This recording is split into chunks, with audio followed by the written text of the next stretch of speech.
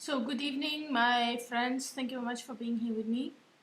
I'm keeping on reading from Break the Cycle Options for Reducing Excessive Guilt to Normal, Lesson 1.24.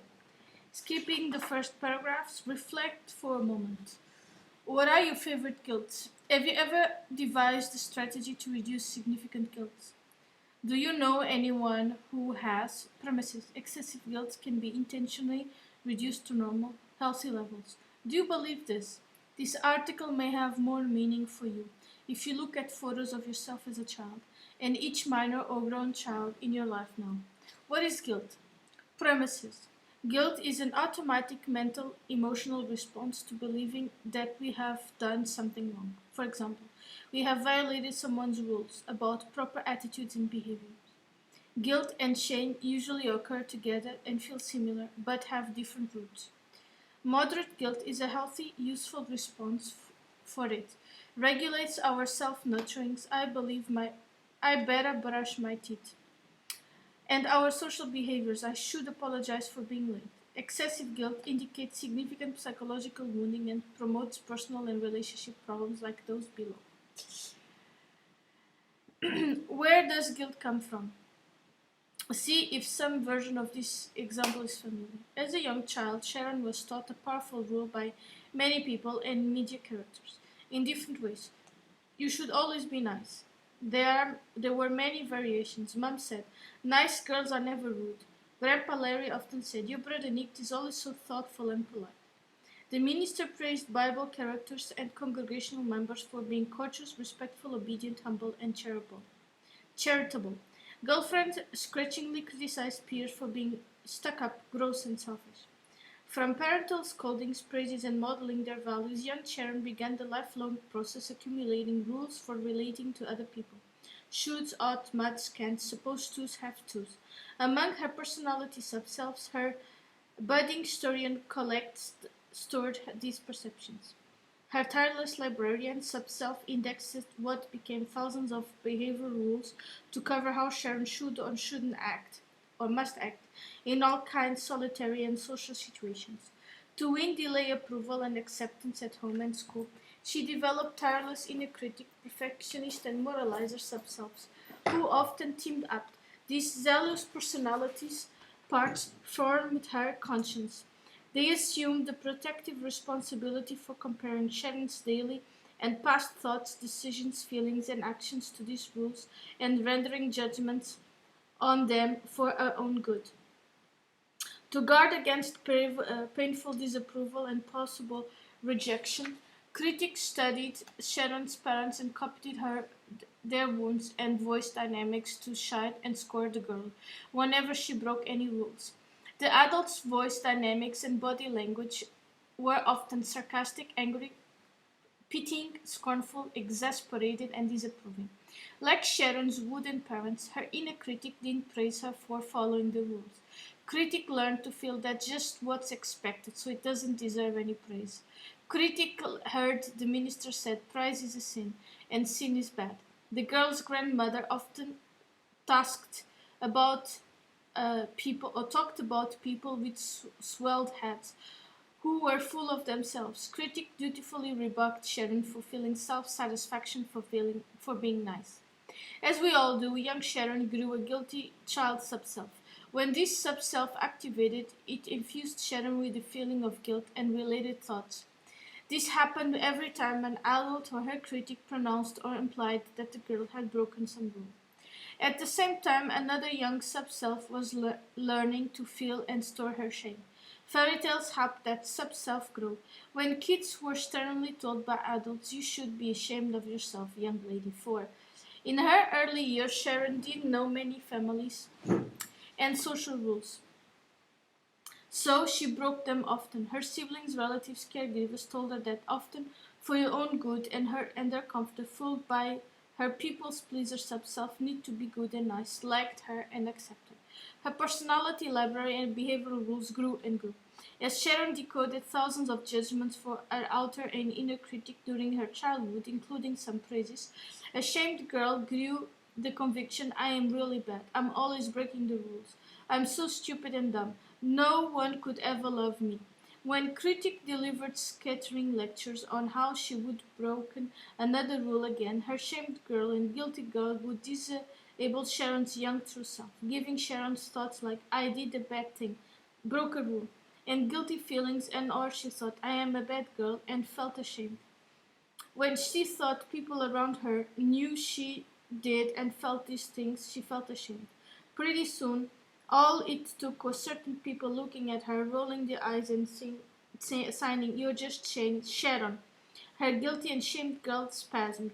The guilty and shamed thoughts and feeling tend to merge and feel the same, as the earth circled the sun. Because these feelings hurt, Sharon also automatically developed a hurt subself. Her sole job was to bring Sharon the useful emotion of pain. Some related guardian subself developed too. They include an hysterical, an idealistic optimistic, a crafty liar, a persuasive procrastinator, a magician, a hysterical catastrophizer, a sneaky, a thrill warrior, a powerful people's pleaser, and a loner. They are specialized 24-hour jobs and aim the guardian to guilt, shamed, and hurt girls from perceived sources of inner and outer pain. Sharon also grew an angry subself who developed over time into adolescent rebel, but that one impulsively broke too many rules in the social world. So the studied Sharon's parents and copied their words and voice dynamics to chide and scorn the girl whenever she broke the rules. The adult's voice dynamics and body language were often sarcastic, angry, pitiful, scornful, exaggerating, and disapproving. Like Sharon's wooden parents and her inner critic didn't praise her for following the rules. Critic learned to feel that just what happened, so it doesn't deserve any praise. Critic heard the minister pray, pride is a sin and sin is banned. The girl's grandfather often... Oh, I'm repeating the same thing. Let me see. Yeah. Hold on a second. Okay. Guardian sub-selves try to paralyze her in public anyway. All these guardians' personality parts worked tirelessly with librarian and historian sub-selves to decide what actions might produce significant pain. Sometimes they would evoke the critic, sternly rebuke the lecturer Sharon, like her parents, hoping she would avoid pain and injury. Based on her inherent unconscious libraries and social and parenting rules, Sharon's mom and dad believed that they were raising her daughter well enough. They had no awareness of the group sub-selves their daughter was developing and how often she was tormented by the vigilant inner critic and perfectionist because their rebuks and sarcasms. They occasionally worried how hard she is on herself. Sharon grew her increasingly knowledgeable, wise, far-seeing true self, was often disabled by her reactive inner kids and their guardian sub-selves. That resulted in her self-doubting her own wisdom and in her family's leadership ability, which was her real talent. Most other sub-selves ignored and or distrust the girl's developing self. Sharon wasn't aware of her sub-selves and their goals and traits. No one ever talked about normal adults and kids having dynamics in their families or encouraged her to discern what her personality was and how it worked. She was aware of feeling crazy and confused at times when various agitated sub-selves took herself over and gave her conflicting thoughts and feelings. This is skeletal sketch of where I think excessive guilt and shame come from. Does it seem credible? The keys are very young kids instinctively seek to learn vital adult attention and approval by evolving a complex array of good, bad, right, wrong rules on how they are supposed to behave. They expand these rules to get approval and acceptance of their playmates and schoolmates. Most early rules, shoulds, must, have tos, can'ts, etc. develop from perceiving adult responses to a young child's behaviors. Rule building starts automatically before the child's vocabulary and coherent thinking develop. For example, if I smile, the big person smiles and makes nice sounds. To avoid the agony of caregiver rejection and abandonment, for example, potential death, kids develop guilt and shame inner kids, a tireless inner critic, and an array of other protective guardian subselves. Unless aware of caregivers intervene, these normal personality subselves get used to distrusting and disabling the child's immature true self. They generate guilty thoughts and feelings. Depending on many factors, a child may grow up to become dominated by guilt, shame, self-critical subselves, situationally or all the time. Typical adults aren't aware of how their subselves cause this in themselves or other people. Excessive guilt and shame can self-amplify if the child was taught, I shouldn't feel so guilty or I should love myself. Rules. People dominated by shame, guilt, and fearful subselves unconsciously choose each other's as mates and associates. In Millennium America, over half of them develop relationship and parenting problems and divorce psychologically or legally. About 70% are parents from cultural, ancestral religions and parental training rules. Their inner critic or blamer insists the divorced parent is a bad, shameful, but breaking fundamental rules. Good parents never divorce. This causes significant guilt. How can excessive guilt affect their relationships and daily serenity? Common effects of excessive guilt. Recall, the psychological wounds of excessive shame and guilt usually occur together. They combine to cause symptoms like these, and 1. Not living from realistic personal bills of rights. This is a personal set of belief whose theme is I am unique, worthy, and dignified human being. I have a set of unarguable rights to use in making my decisions, even if others resent them, criticize, or disagree with me. Typical kids raised in a low nurturing, neglectful, and shaming homes are usually not taught or encouraged to develop a realistic set of personal rights, which means they have to intentionally develop a Bill of Rights as adults. Until they identify and authenticate their personal rights and reduce their wounds, they will endure. 2. Ineffective communication. Excessive shame and guilt cause people other than sociopaths to unconsciously adopt an I'm one down inferior attitude in their thinking and interacting with other people. This attitude may be amplified when communicating with self-confidence, aggressive, self-centered, and controlling one-up people. Common results are ineffective assertion of current opinions, values, needs, and boundaries, avoiding normal eye contact, notable stuttering and mumbling, routinely accepting a victim role and feeling timid, actions incompetent, frustrated, and pessimistic. Excessive shame and guilt cause behaviors which amplify inferiority and strengthen the other false self-wounds until the person hits personal bottom, and commits to personal recovery. A related impact of excessive guilt is 3. Automatically adopting a defense and or apologetic one-down inferior attitude with some or all the other people, especially those who are aggressive and judgmental, and some all authorities. A symptom of this is the repulsion to over-explain and justify personal opinions and behaviors, whether other people challenge them or not. Another symptom is apologizing all the time, even for things that could not be controlled. I'm sorry, it's so humid in here.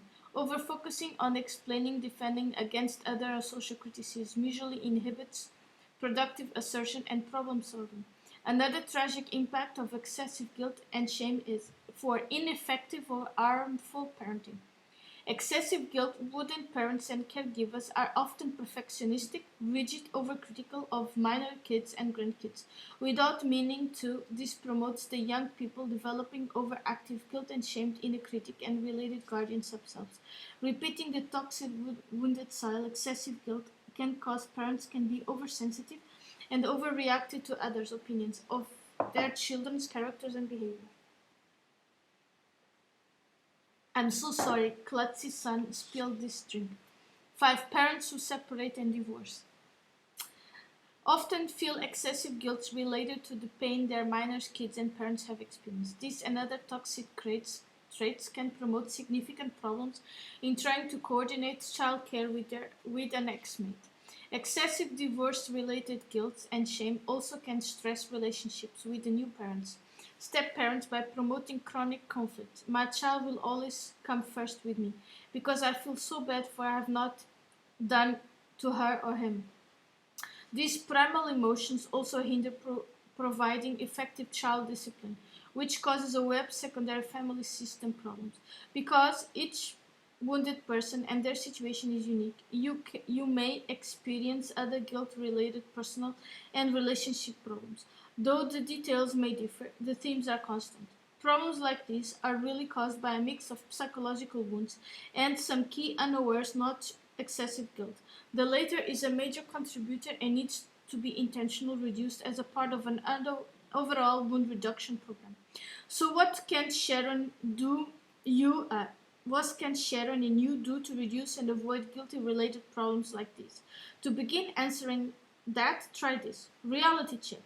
Pause and reflect. On a scale of 1, I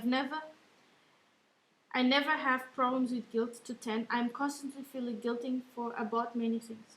How much of a problem is guilt in your present life? It's reduced my psychological wounds, including major guilt, among your top 5 current life priorities. I use guilt plural because each major broken rule needs to be examined individual, and most of us have a collection of significant guilts. Is this true for you?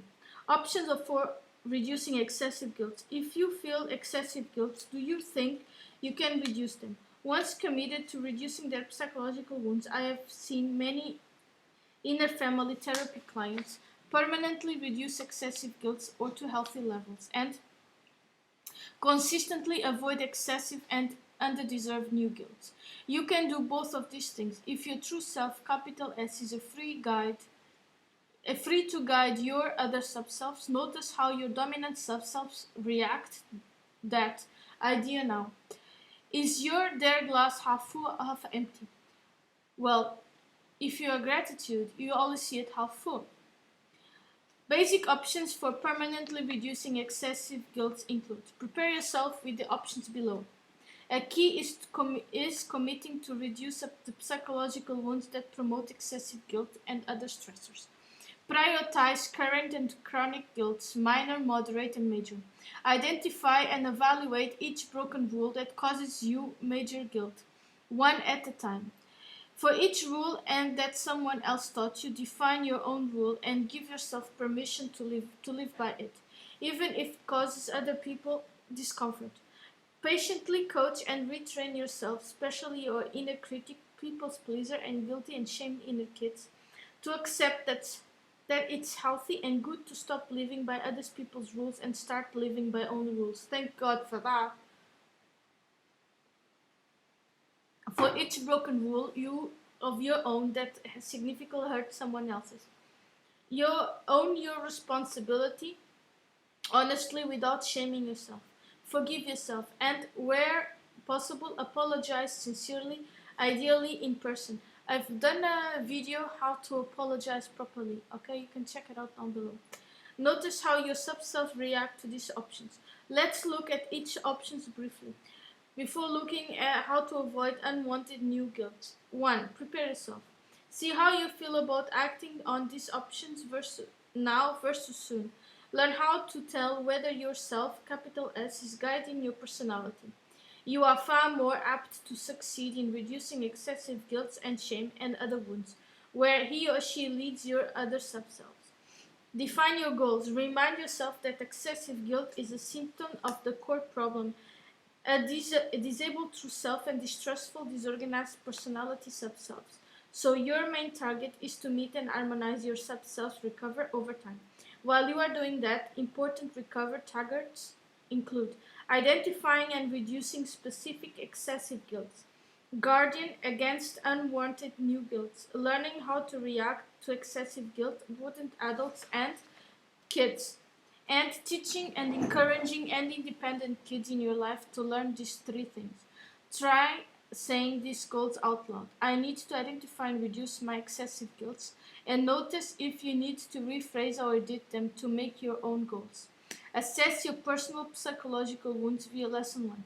If your true self is often disabled, commit to a personal high priority recovery program with balancing the rest of your life. To begin, identify the sub-selves and comprise your unique personality and which ones usually lead them. Then patiently work to empower yourself and reorganize and harmonize your other sub-selves. Clarify your definitions of guilt and shame. Then list on paper the specific past and present things your sub-selves feel excessively guilty about. Expect to reduce these things once at a time below.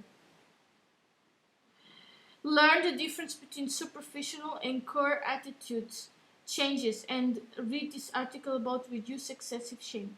Reduce excessive shame and guilt to normal levels are related but separate attitude changes. Coach yourself to clarify things you can change or affect and things you can't. Typical kids in a low nurturance, dysfunctional homes are trained to feel guilty for things they can't control. For example, you are bad because you wet your bed again and made me clean up after you. Decide whether you believe that every able adult is responsible for their own comfort and happiness. Believing this without ambivalence frees you to act on your own integrity, personal values, and rules, even if it causes other people discomfort. Not honestly confronting people who are too scared and shamed to feel their own needs is called enabling. A classic example is not empathetically confronting a chemically dependent wounded person to avoid making them feel bad or causing conflict. More preparation options for permanently reducing significant chronic guilt. Affirming, my guilt is a normal, healthy emotional which is in moderation helps me to make wise life decisions. I am not trying to become guiltless. I am going to reduce excessive guilt to moderate, non-crippling level. Seek and use a guilty hero. Do you know anyone who has relied free themselves versus denied and repressed excessive guilt? If so, learn from them. If you don't know anyone, ask other people if they do. Clergy, counselors, and coaches may be good models and or referral sources. Identify your specific rights as a dignified, worthy human being and use them to evaluate the rules someone feels you are broken. See if you agree. As a child, I was taught you must accept and obey our adult rules. As a mature, unique adult, I'm responsible for devising and living by my own rules and for the results from that. Review your expectations about psychological wound reduction, including reducing excessive guilt. Do they include I can and will reduce the excessive guilt that burden me, or something else? If something else, reflect. Have I changed at least one other core aspect of my personality before? For example, I used to laugh when I hurt, lie at times, never said no, never called the doctor, fear sex. How did I make that change? For example, consciously, it just happened, with help or alone, gradually or suddenly, because of a painful trauma, or just it was time to change, with tools like affirmation, prayers, reminders, images or not, etc. A final preparation option is identify the specific benefits of reducing your excessive guilt. If you are not clear yet, try identifying the specific person or relationship discomforts that your inflated guilt caused you. Then vividly imagine your life to be free of those. Keeping this vision, or a written description or symbol of it, where you can remind yourself along the way, or why you are making this powerful wound recovery change. If you feel excessive guilt, your true self is probably disabled and your personality subselves are disorganized and conflictual. You can choose to improve that by doing parts work, for example, intentionally retraining and reorganizing your subselves. If you disregard this task, you are likely to achieve temporarily guilt reduction at best. For example, your excessive guilt will return. Identify any people around you who may criticize your values and behaviors. If any of them cause excessive guilt, confront each person and assert for more respectful, constructive feedback. The thing is that if you are around narcissists, this won't happen. This is not possible. You need to cut your losses and move on. You have to leave those people behind, okay? If they won't review your rights and dignity, choose to distance from them without guilt. They are probably ruled by a false self-wounded and don't know it. Practice differentiating your guilt from other people's guilt and encourage your sub-self and respectfully give others, adults and kids, responsibility to reduce their while you reduce yours. Apply relevant ideas and options in this article for forgiving yourself and other people. Then read these ideas on giving people feedback.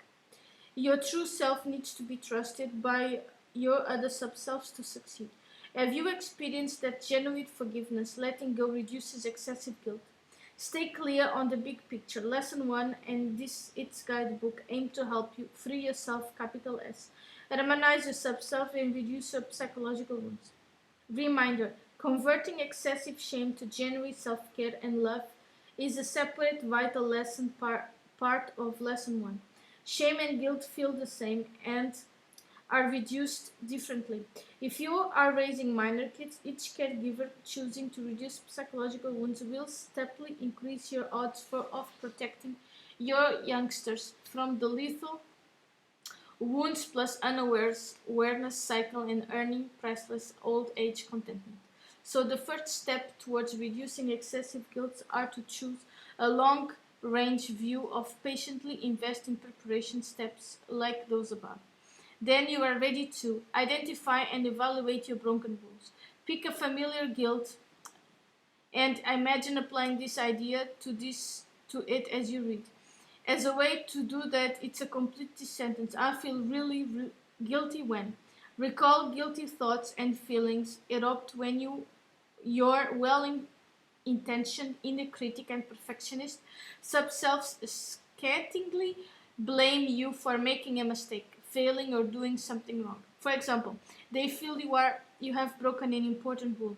Most of our earliest behavioral roots, shoulds, oughts, musts, or have tos always come from other people. Typical our caregivers and heroes or heroines. We form other rules from experiencing significant pain and pleasure. If I get a bad school grades, my parents may get hungry. Across your years, you unconsciously form hundreds of thousands of behavioral rules about right, wrong, good, bad, safe or unsafe values, attitudes, beliefs, and behaviors.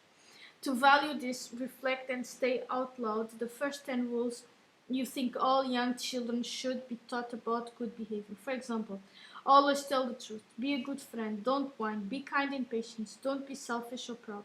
Always do your best, love your parents and grandparents, always look on the bright side. Don't be rude or insult other people, obey God's commandments, and so on. Now ask your inner critic to list the key attitudes or bad persons, men, women, parents. For example, people are bad if they lie, steal, or are lazy, drink too much, ignore their kids, are self-centered, harm other people, kick small animals, use pornography, etc. Each of these judgments is based on someone's rules. Some are universal and some are ancestral, ethnic, and or religious. Many may not apply to you in some circumstances. Premise: because we all have different values, perceptions, and needs, we don't need to feel guilty about breaking someone else's rules that we don't agree with. Example: if someone insists you must brush your floss after every meal, or you self-neglectful, lazy, and bad, you believe, no, I think brushing once a day before bed is enough. You may have a different versus better rule.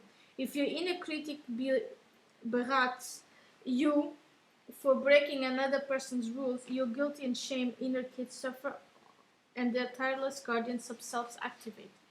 Premises: you have unarguably right to identify the rules that cause you excessive guilt and decide whether they are your rules or someone else's. If they are not your rules, you have the right to discard them and forge the life by new rules of your own without guilt or shame. Every other person has the same right. Do you agree? Yes! Consider these examples. Old others' rules. Always be nice to other people. Respectfully confront other people if necessary to help both of us. Always obey the rules. Evaluate important rules and propose better ones where I can. Always help other people.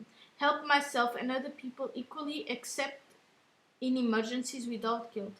Cheerfully sacrifice your own needs for others' needs. Honor my and other people's needs equally.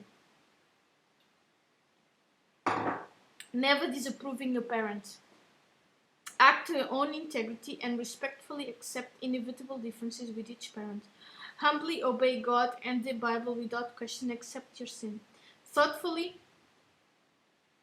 evolve my own spiritual needs, practices, and growth without guilt. Never talk back to elders or authorities. Assert my opinions, needs, and limits respectfully as a co-equal human being. Promote harmony and avoid conflict and confrontation. See inner and social conflict as inevitable and seek to use it constructively. Never be selfish or self-centered. Seek to balance being selfish, feeling my needs, with helping others to feel theirs needs. See evasion, lying, liars, bad, weak, wrong, and cowardly. Compassionately see evasion and lying as a sign the person is scared to tell the truth. Notice that you are thinking and feeling wrong. Options: A. Evolve a table like this to help you to clarify your most important old and new rules. And B. Invite other important people, including minor and grown kids, to do this and discuss the results. Accept this to take the considerable time, thoughts, and discussion. As you examine each rule that causes excessive guilt, watch for black and white, absolute bipolar thinking. For instance, the stealing or lying all is wrong. Many personal and social rules are relative depending on our local inner and outer contexts. For rightness, some philosophers suggest there are no rights and wrongs, just consequences. Also be alert for widespread rules above rules. Always honor and respect.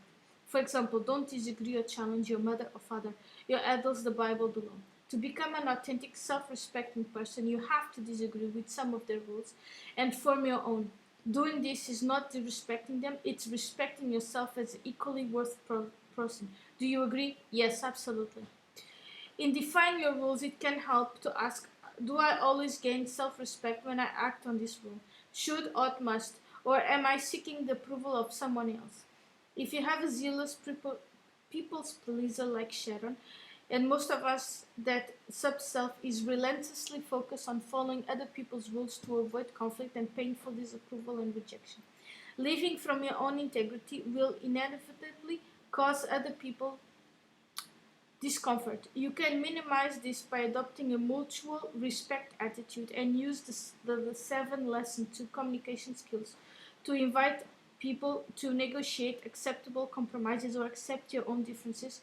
Success is depending on your true self being free to guide you. Option: over time, becoming an expert, how guilt is intentionally reduced. When you feel guilty, build the reflex of wondering, what am I to learn from this feeling? Have I already learned it? Tell your inner critic, what have you learned, and ask important sub-selves to stop reminding you of your rule breaking and activating your guilty child.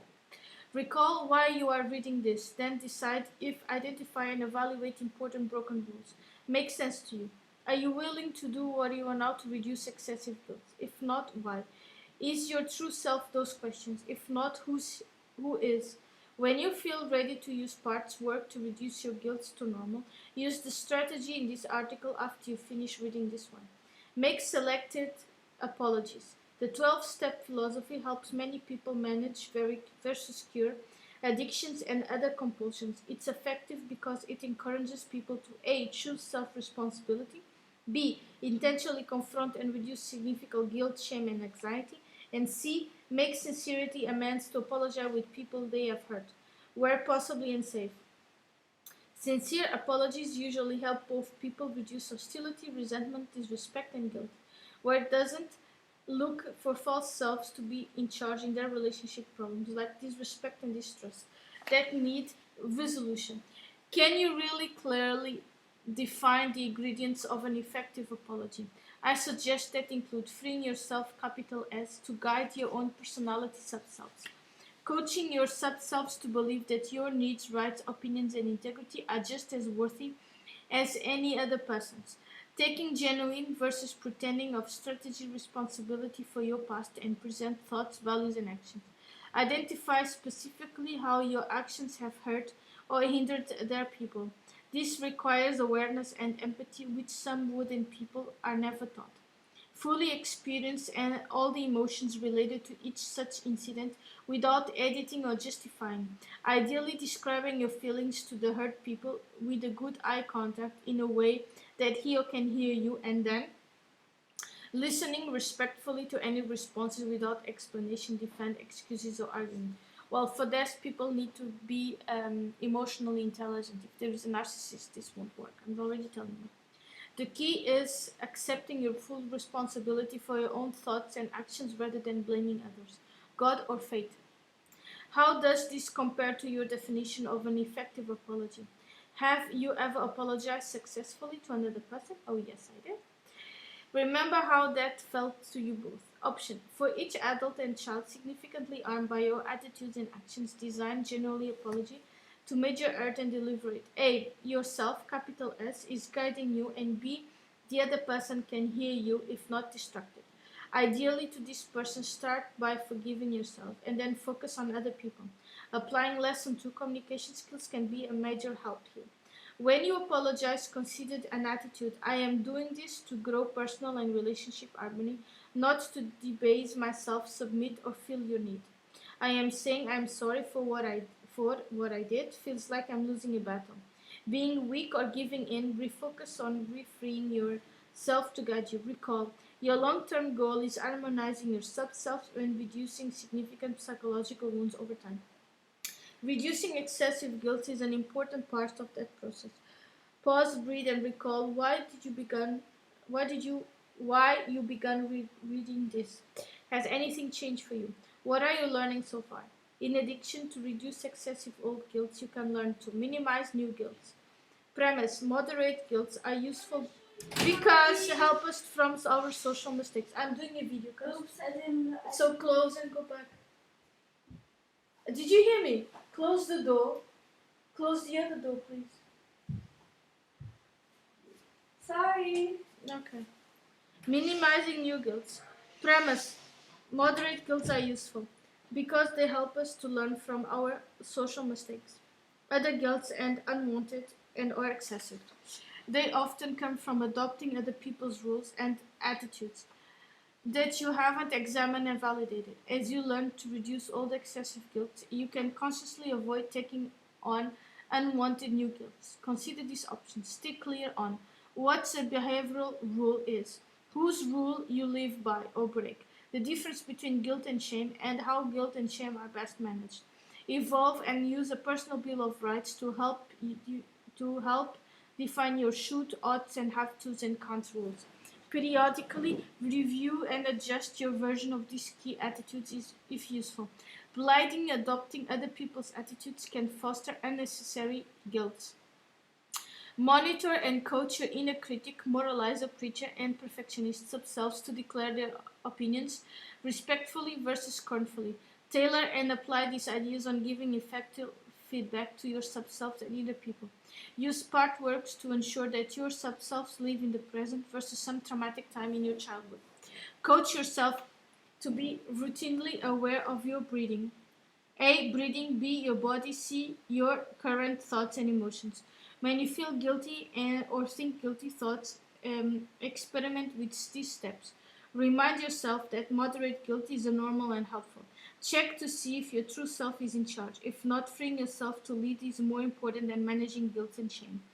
Identify A. What specific rules your sub-selves feel you have broken. They usually come in clusters. And B. Whether they are your rules or someone else's. If you originated a rule, own your own responsibility, review options, and act.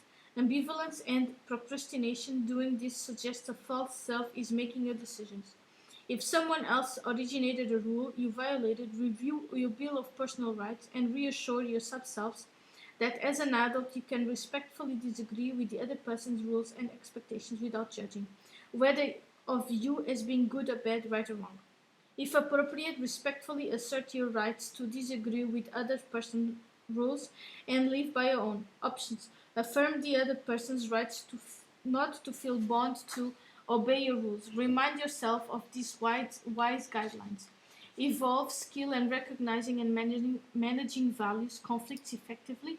And if the other person scorns, criticizes, or rejects you for disagreeing with or disobeying their rules, compassionately see them as not knowing they probably have to disable your true self rather the enemy. Steadily develop your mutual respect attitude and your effective communication skills, especially clear thinking, assertion, and empathetic listening. These are your best tools for clarifying, stating, and reinforcing your rights, boundaries, and consequences respectfully and firmly.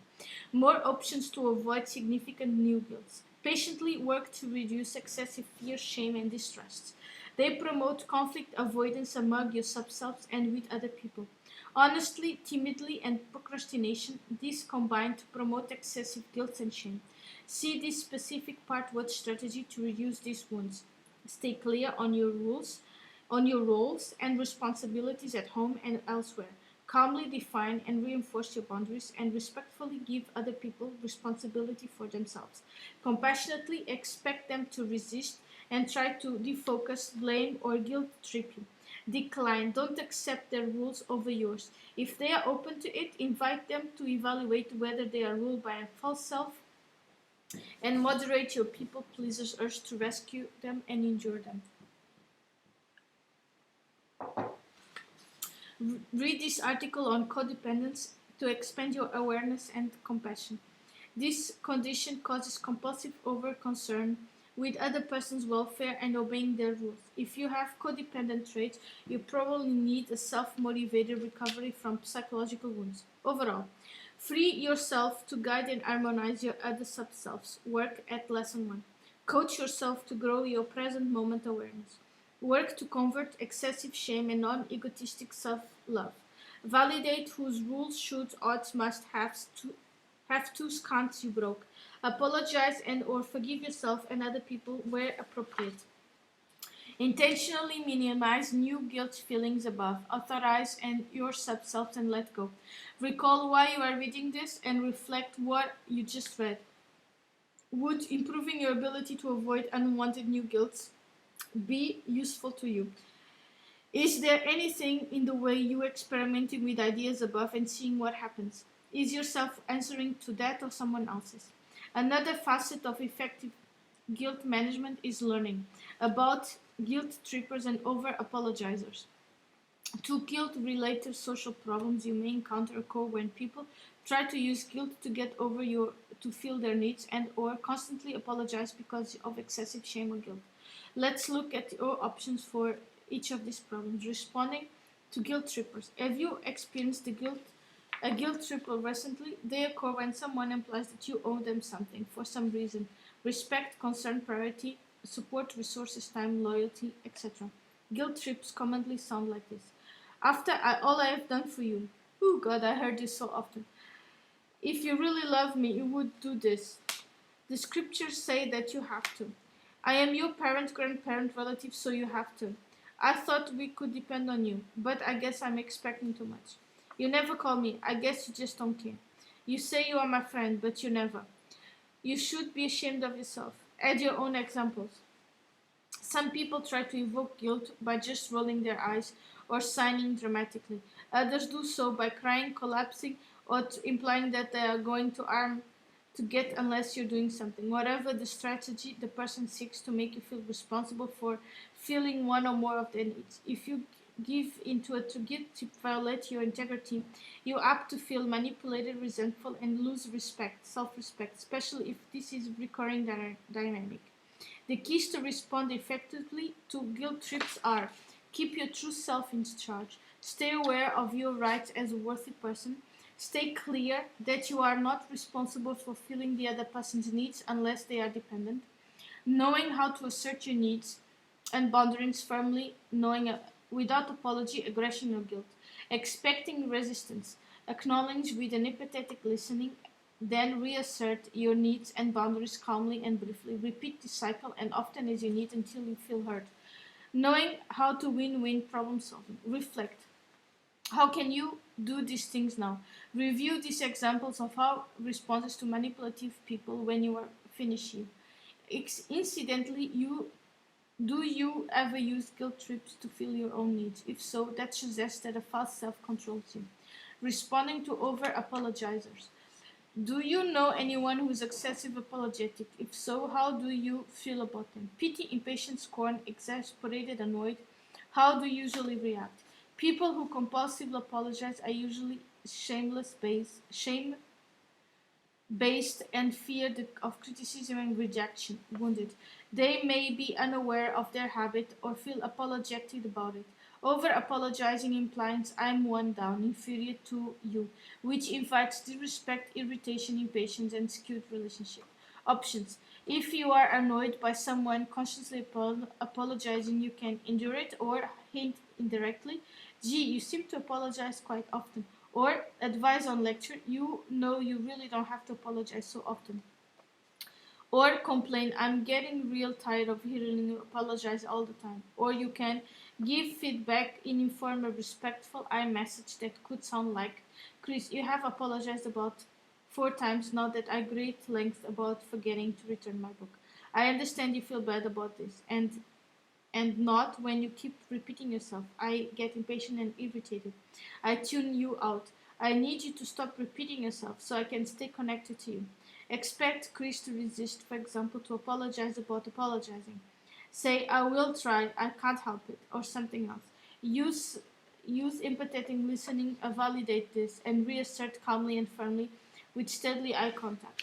We respectfully confronting a person sending chronic I am one down relationship messages can sound like this. Chris, when you apologize so wordly and often chuckle nervously and have trouble keeping your eye contact with me.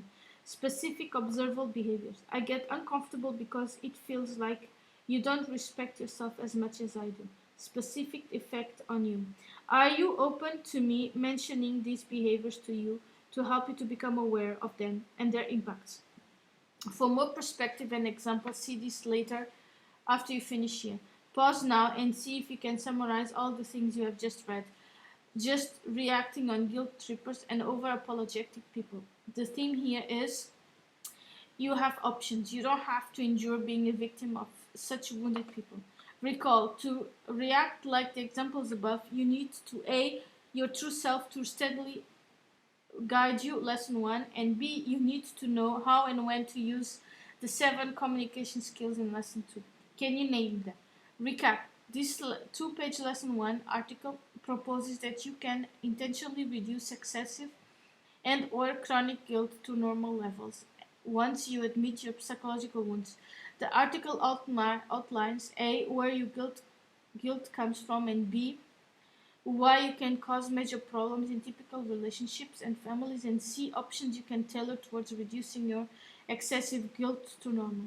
This article also suggests options for staying centered and asserting your boundaries with people whose guilt trips to manipulate you and with people who feel inferior to you because of excessive guilt and shame.